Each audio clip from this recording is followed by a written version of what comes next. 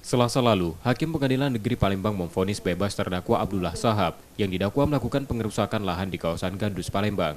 Majelis Hakim yang diketuai Edi Palawi menyatakan terdakwa tidak terbukti melakukan tindakan pidana pengerusakan lahan seperti yang didakwakan JPU. Menanggapi putusan tersebut, JPU menyatakan pikir-pikir, sementara salah satu warga yang ikut hadir dalam sidang berharap jaksa melakukan kasasi.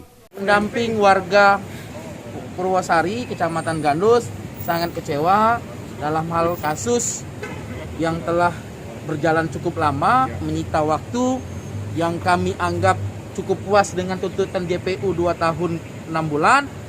Tapi hari ini tanggal 5 April putusannya bebas, maka dari itu kami menyatakan sikap bahwa sangat kecewa dengan Pengadilan Negeri Palembang atas putusan yang telah ditetapkan pada hari ini.